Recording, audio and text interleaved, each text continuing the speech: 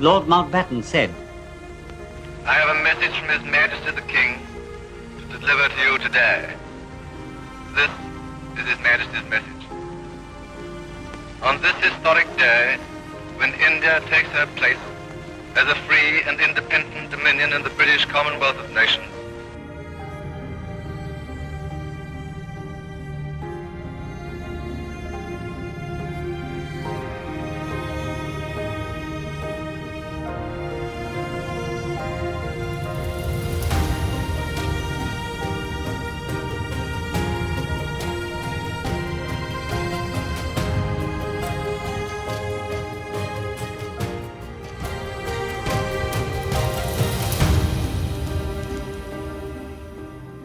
વિશ્વના સૌથી મોટા લેખિત બંધારણના નિર્માણની સફર, જેણે સમગ્ર વિશ્વમાં પોતાની એક અનોખી ઓળખ બનાવી છે, તે હજુ પણ ઇતિહાસમાં નોંધાયેલી છે.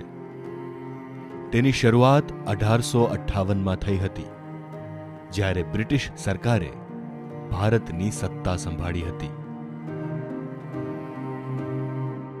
ભારત સરકાર અધિનિયમ 1858, ભારતીય પરિષદ અધિનિયમ 1892, 1909, 1919 જેવા ઘણા કાયદા અસ્તિત્વમાં આવ્યા, પરંતુ 1928માં મોતીલાલ નહેરુએ પહેલીવાર સ્વરાજ બંધારણ વિશે વાત કરી.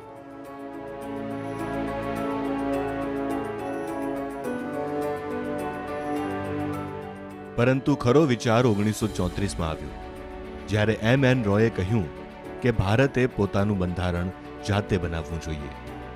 ત્યારબાદ ભારતીય રાષ્ટ્રીય કોંગ્રેસે 1935માં આ માંગણીનો પુનરોચ્ચાર કર્યો અને તે જ વર્ષે બ્રિટિશ સરકારે ભારત સરકારનો અધિનિયમ 1935 ઘડ્યો, જેણે પાછળથી ભારતીય બંધારણનો પાયો નાખ્યો. બંધારણ લખવાનો સમય આવ્યો 1946માં, જ્યારે કેબિનેટ મિશન આવ્યું અને બ્રિટિશ સરકારે સ્વીકાર્યું કે ભારત હવે પોતાનું બંધારણ બનાવશે. At New Delhi, the three-member cabinet mission begins its historic quest to find a solution to India's political deadlock. And as we go on the screen, prominent leaders are reported to be on their way to Delhi. From the official statements that have been made, a few important facts emerge. The Muslim League demand for Pakistan is the crucial problem, and much of the discussion will center around this point. An interim government has been suggested as a kind of caretaker while the constitution of an independent India is being drawn up. અહીં જ બંધારણ સભાની સ્થાપના થઈ, ચૂંટણીઓ યોજાઈ અને ભારતીય રાષ્ટ્રીય કોંગ્રેસ જીતી. ત્યારબાદ પહેલી બેઠક 9 ડિસેમ્બર 1946ના રોજ દિલ્હીના બંધારણ ગૃહમાં યોજાઈ.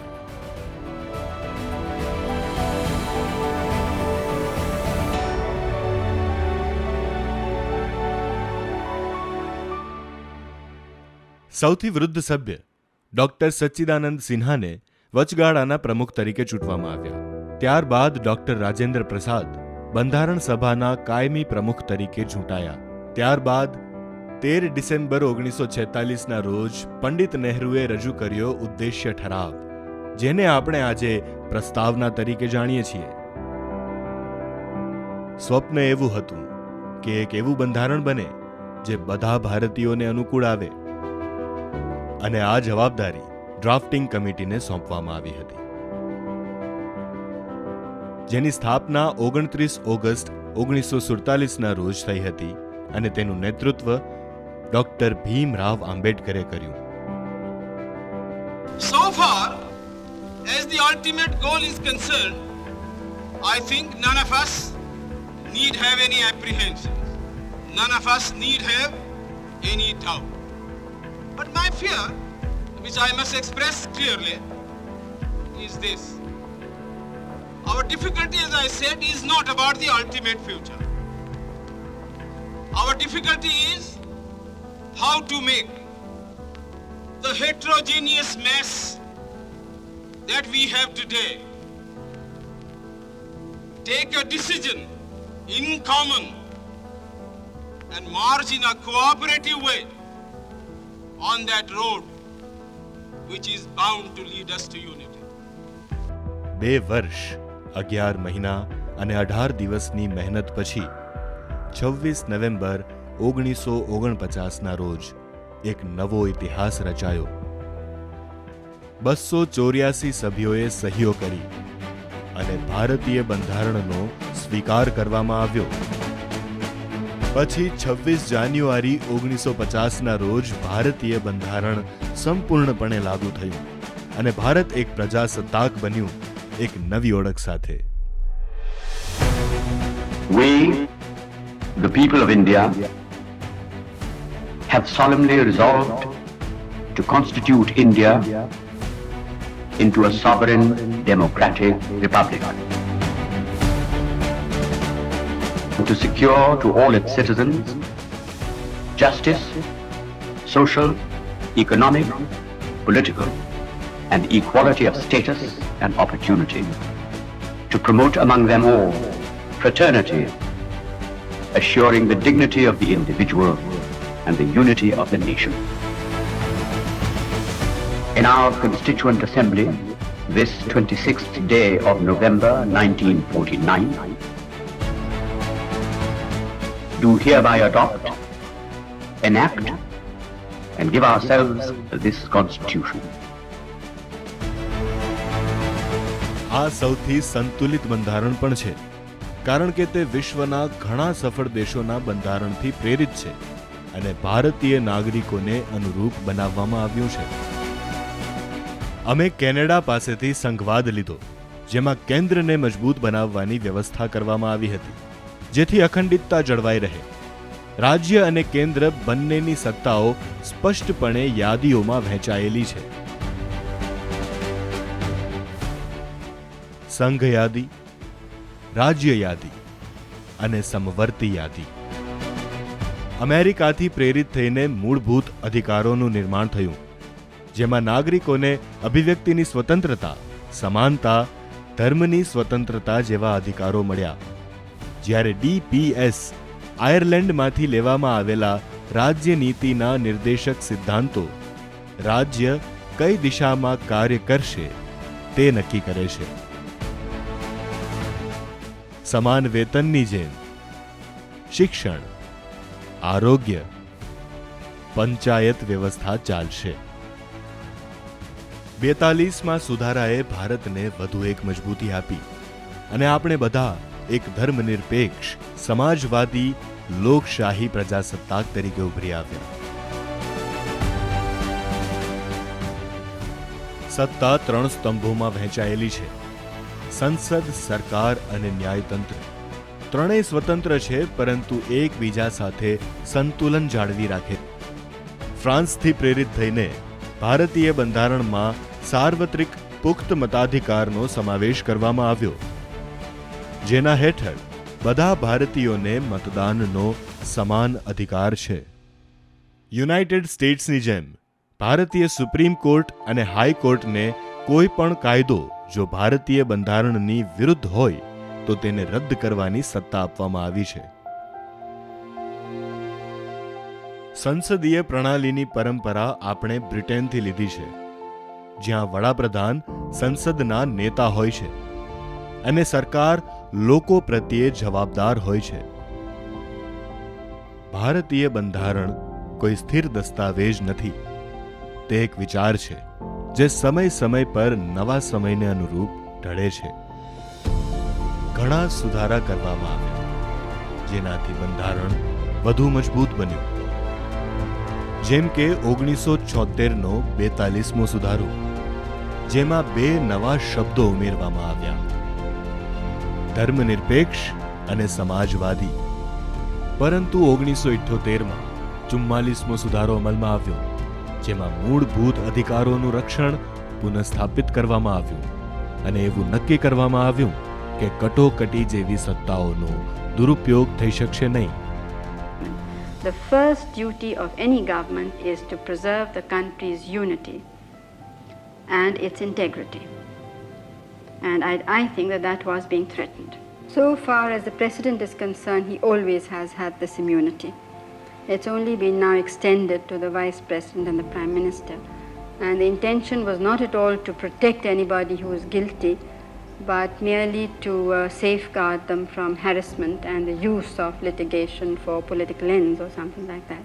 કેટલાક ઐતિહાસિક ચુકાદા, જેમ કે કેશવાનંદ ભારતી કેસ, જેમાં સુપ્રીમ કોર્ટે કહ્યું હતું કે સંસદ બંધારણમાં સુધારો કરી શકે છે, પરંતુ તેના મૂળભૂત માળખાને સ્પર્શી નથી શકતી. એટલે કે લોકશાહી, સ્વતંત્રતા, ન્યાય એ બંધારણના તે સ્તંભો છે જે અડગ છે. આવા બે વધુ ઐતિહાસિક નિર્ણયો, મેનકા ગાંધીનો નિર્ણય, જેણે કલમ 21ને નવો અર્થ આપ્યો, બધા ભારતીયોને ગૌરવ સાથે જીવવાનો અધિકાર મળ્યો.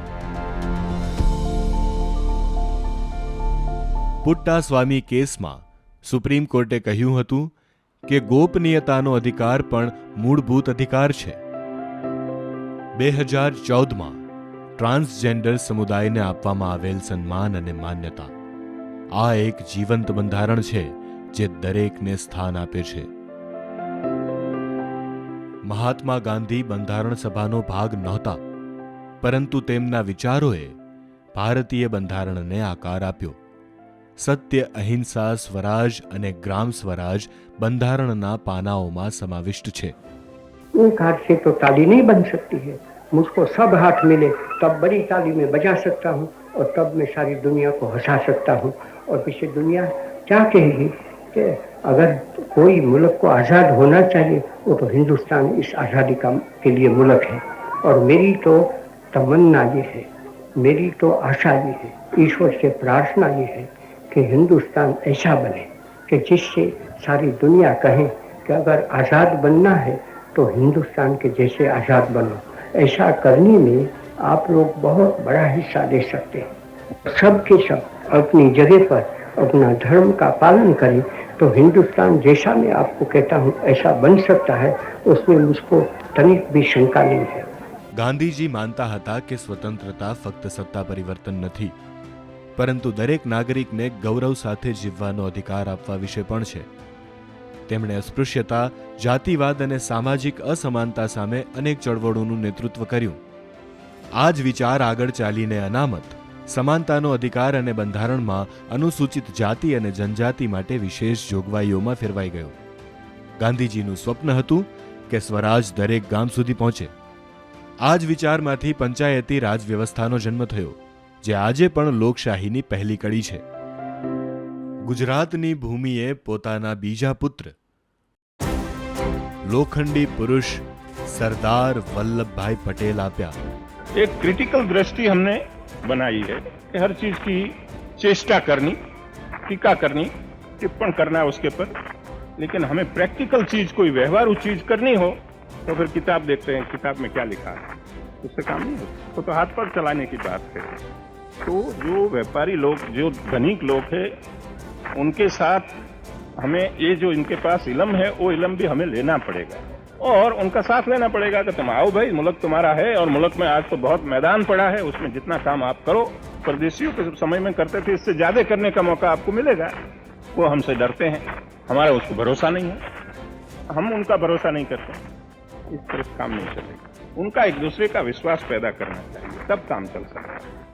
तो मजदूर का धनिकों के साथ झगड़ा और ये जो और लोग हैं वो आपस में झगड़ा करें, प्रांत प्रांत का झगड़ा, कि हम इस तरह से आपस में सब झगड़ा करता रहे तो हमारा काम ये है कि हम हिंदुस्तान में कोई भी प्रांत के पड़े हैं, हम हिंदुस्तानी है और हमारा प्रथम कर्तव्य हिंदुस्तान की हिफाजत, हिंदुस्तान की रक्षा और हिंदुस्तान की आज़ादी को तो उसकी अच्छी तरह से शोभे दीपे इस तरह से बनाना. इस तरह से बनाना तो सबको साथ लेके ऐसे राष्ट्र के पर्व पर जो पहले हमें जब आज़ाद थे जो खुशहाली थी, उसी प्रकार की खुशहाली हो, प्रकार मुल्क को उठाना हो, मिलजुल कर काम करना है.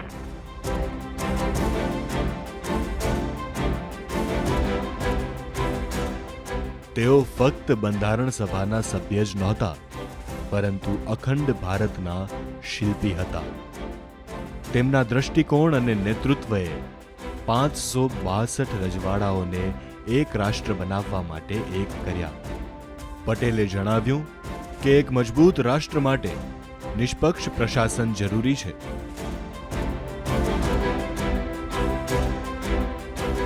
આ જ વિચારસરણી ભારતીય સિવિલ સર્વિસીસ આઈએએસ આઈપીએસનો પાયો બની. તેમણે ખાતરી કરી કે રાજ્યો અને કેન્દ્ર વચ્ચે સત્તાનું સ્પષ્ટ વિભાજન હોય. ભારતીય બંધારણને મજબૂત બનાવવામાં લોકોનો અવાજ પણ સામેલ છે. મહાગુજરાત ચળવળ 1956-1960ની જેમ જ્યારે લોકોએ ભાષા અને સાંસ્કૃતિક ઓળખ માટે અવાજ ઉઠાવ્યો અને મે 1960ના રોજ ગુજરાત એક નવું રાજ્ય બન્યું, ત્યારે લોકશાહી માંગણીનો વિજય થયો. 1974નું નવનિર્માણ આંદોલન, જ્યારે વિદ્યાર્થીઓએ ભ્રષ્ટાચાર અને મોંઘવારી સામે અવાજ ઉઠાવ્યો અને ચૂંટાયેલી સરકારને રાજીનામું આપવાની ફરજ પાડી. ગુજરાત હાઈકોર્ટ 1960થી આજ સુધી તે બંધારણના બચાવની પહેલી હરોળ રહી છે. શિક્ષણનો અધિકાર હોય, પર્યાવરણીય સંરક્ષણ હોય કે મહિલાઓ અને ટ્રાન્સજેન્ડર સમુદાયના અધિકારો હોય, દરેક વખતે આ કોર્ટ સાબિત કરે છે કે ન્યાય પુસ્તકોમાં નથી, તે કોર્ટમાં જીવંત છે. અને આજનું ગુજરાત ફક્ત બંધારણની ઉજવણી જ નથી કરતું, પણ તેનું પાલન પણ કરે છે. સ્થાનિક ચૂંટણીઓમાં ફરજિયાત મતદાન, મહિલાઓ માટે 50% અનામત, ઈ ગવર્નન્સ અને ડિજિટલ ન્યાય. કારણ કે આ ફક્ત એક પુસ્તક નથી, આ દરેક ભારતીયનો સંકલ્પ છે. ભારતનું બંધારણ ફક્ત સંસદ કે કોર્ટ પૂરતું મર્યાદિત નથી. તે સત્યનો પક્ષ લેનારા સામાન્ય નાગરિકનું શસ્ત્ર છે. જ્યારે કોઈ વિષય પર માહિતીની જરૂર હોય છે, ત્યારે માહિતીનો અધિકાર કામમાં આવે છે. જ્યારે જનતા કોઈ પણ નીતિ પર પોતાના સૂચનો આપવા માંગે છે, ત્યારે જાહેર હિતની અરજી PIL એક લોકશાહી માધ્યમ બની જાય છે. અનુચ્છેદ 21 માત્ર જીવનનો નહીં, પણ સન્માન સાથે જીવવાનો અધિકાર પણ આપે છે. આ જ અનુચ્છેદે આપણને નિજતાનો અધિકાર આપ્યો અને દરેક બાળકને શિક્ષણનો અધિકાર આપ્યો. પરંતુ માત્ર અધિકારો જ નહીં, આપણી કેટલીક ફરજો પણ છે. મૂળભૂત ફરજો જે બંધારણના પાનાઓમાં લખાયેલી છે. બંધારણનો અવાજ બનીને ભારતીય લોકશાહી હજુ પણ રચાઈ રહી છે, શીખી રહી છે અને આગળ વધી રહી છે. વર્ષ 2021માં ભારતની આઝાદીના 75 વર્ષ પૂર્ણ થવાના પ્રસંગે આઝાદી કા અમૃત મહોત્સવ ઉજવવામાં આવ્યો, જેની શરૂઆત 12 માર્ચ 2021ના રોજ સાબરમતી આશ્રમથી થઈ, જ્યાંથી ગાંધીજીએ એક સમયે દાંડી કૂચ શરૂ કરી હતી. ત્યાંથી એક નવી યાત્રા નક્કી કરવામાં આવી. દેશભરમાં 75,000 કિલોમીટર ચાલીને બાળકો, વૃદ્ધો, ગામડા, શહેરો, શાળાઓ, કોલેજો બધાએ અમૃત મહોત્સવ ઉજવ્યો. લોકોએ દરેક ઘર પર તિરંગો ફરકાવ્યો. લાખો બાળકોએ ગર્વથી બંધારણની પ્રસ્તાવના વાંચી. ઇતિહાસના એ નાયકોને યાદ કરવામાં આવ્યા, જેમના નામ પુસ્તકોમાં નહોતા, પરંતુ તેમનું બલિદાન પણ ઓછું નહોતું.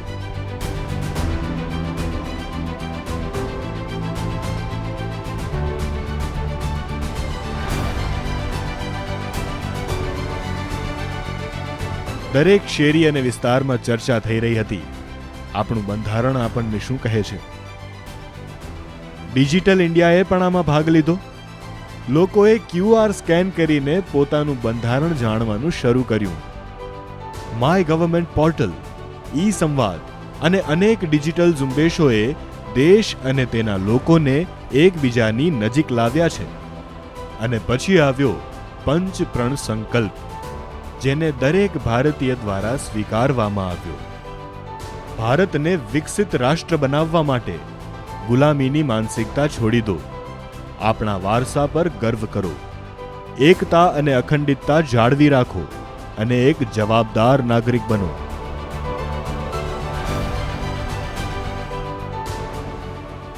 हमारा संविधान हमारी गाइडिंग लाइट है. ये सिर्फ अनेक धाराओं का संग्रह नहीं है.